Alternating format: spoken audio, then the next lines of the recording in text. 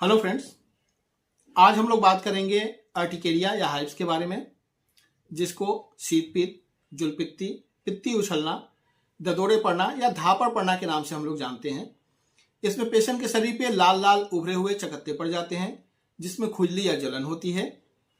कई बार ऐसा लगता है कि किसी चींटी ने या कीड़े ने काट लिया हो, लेकिन ये लोकल न होकर के थोड़ी ही देर में पूरे शरीर पे फैल जाता है।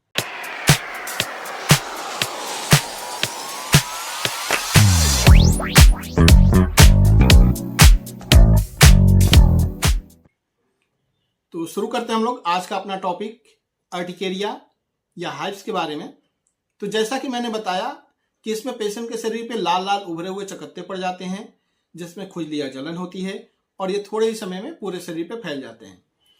उसके साथ साथ कभी कभी ये सीवियर रूप ले लेते हैं। उसमें पेशेंट के ओठों पे और आंखों पे सूजन तक आ जाती है, जिसको हम लोग एंजियोएडिमा के नाम से जानते हैं। साथ साथ कई बार गले में सूजन आ जाती है, जिससे पेशेंट को सांस लेने में तकलीफ होने लगती है और कुछ खाने पीने या कुछ निगलने में कठिनाई होने लगती है।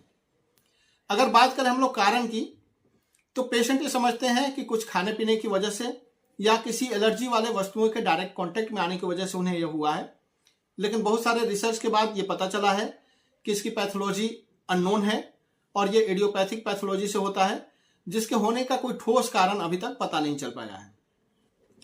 बेसिकली ये शरीर के इम्यून सिस्टम के ओवर एक्टिव होने या ट्रिगर होने की वजह से होता है और इसमें स्किन के नीचे जो मास्ट सेल्स होती हैं, उससे हिस्टामिन नाम का एक केमिकल सीक्रेट होता है। उस केमिकल के सीक्रेशन की वजह से शरीर पे चकत्ते पड़ते हैं, ददोरे पड़ते हैं, जिसको हम लोग अर्टिकेरिया के नाम से जानते हैं।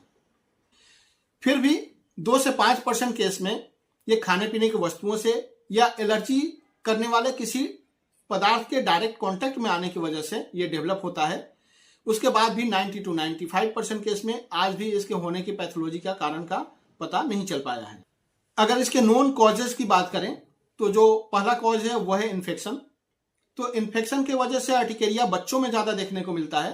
फीवर के बाद या किसी इन्फेक्शन के बाद जब बच्चे ठीक होने लगते हैं, उस समय अर्टिकेरिया होने के चांसेस बढ़ जाते हैं।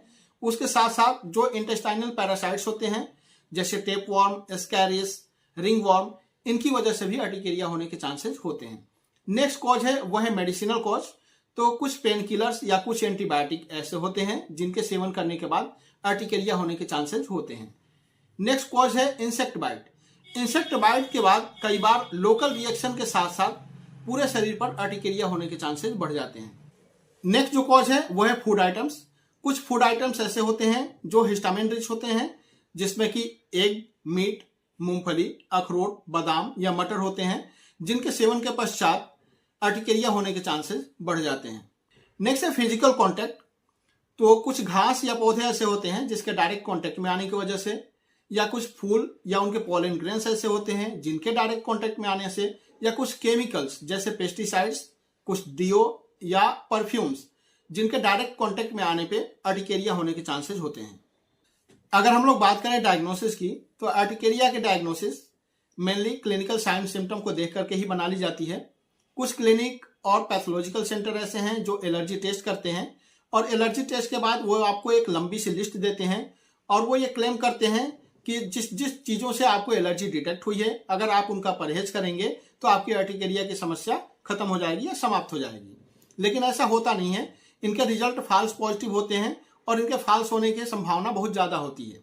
बहुत सारे पेशेंट क्लिनिक में ऐसे आते हैं जो ये बताते हैं कि मैंने एलर्जी टेस्ट करवाया था और सारे परहेज के बाद भी मेरा अर्टिकेरिया जो था वो खत्म नहीं हुआ, अभी भी हम उससे पीड़ित हैं।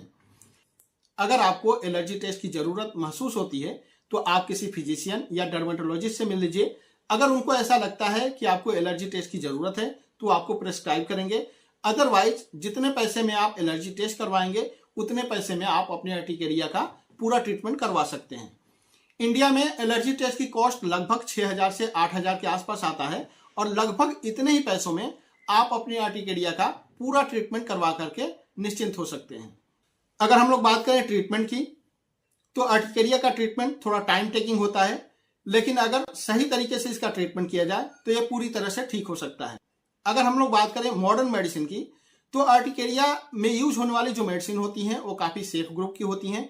तो अगर आपका अर्टिकेरिया का ट्रीटमेंट थोड़े लंबे समय तक भी चलता है तो आपको उस मेडिसिन से होने वाले कोई सीरियस साइड इफेक्ट देखने को नहीं मिलेंगे। अर्टिकेरिया में यूज होने वाली जो मेडिसिन है वो मेनली एंटी हिस्टामिनिक ग्रुप की मेडिसिन होती हैं, जिसमें सेट्रिजिन या लिवोसेट्रिजिन की 5 से 10 मिलीग्राम की गोली दिन भर में एक ले सकते हैं, या रूपाटिडिन की 10 मिलीग्राम की गोली दिन भर में एक ले सकते हैं, या फेक्सोफेनिडिन की 120 मिलीग्राम की गोली दिन भर में एक ली जा सकती है।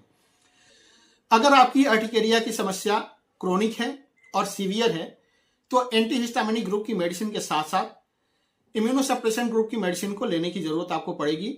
इन मेडिसिन में मेथोट्रेक्सेट, साइक्लोफॉस्फामाइड, एजोथायोप्रिन, माइक्रोफिनोलेट, मोफेटिल नाम की मेडिसिन आती हैं, लेकिन इन मेडिसिन का यूज किसी फिजिशियन या डर्मेटोलॉजिस्ट के देखरेख में ही ली जानी चाहिए।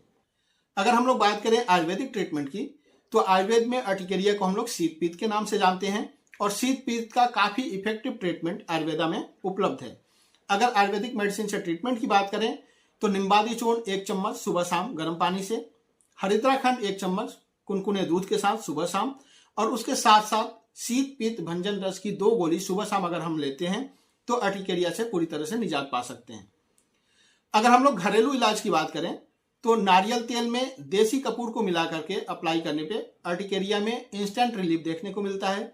उसके साथ साथ गर्म दूध में 1 चुटकी काली मिर्च पाउडर और आधा चम्मच हल्दी पाउडर को अगर हम सुबह शाम लें तो कुछ दिनों में ही अर्टिकेरिया की समस्या से निजात पा सकते हैं। तो ये रहा हम लोगों का आज का टॉपिक अर्टिकेरिया या हाइव्स। आगे भी इस टाइप के टॉपिक जारी रहेंगे। अगर आप लोगों ने मेरा चैनल अभी तक सब्सक्राइब नहीं किया है तो इसे सब्सक्राइब कीजिए और बेल आइकन को प्रेस कीजिए ताकि आगे आने वाले वीडियो का नोटिफिकेशन आपको सही समय पे मिल सके। Thank you.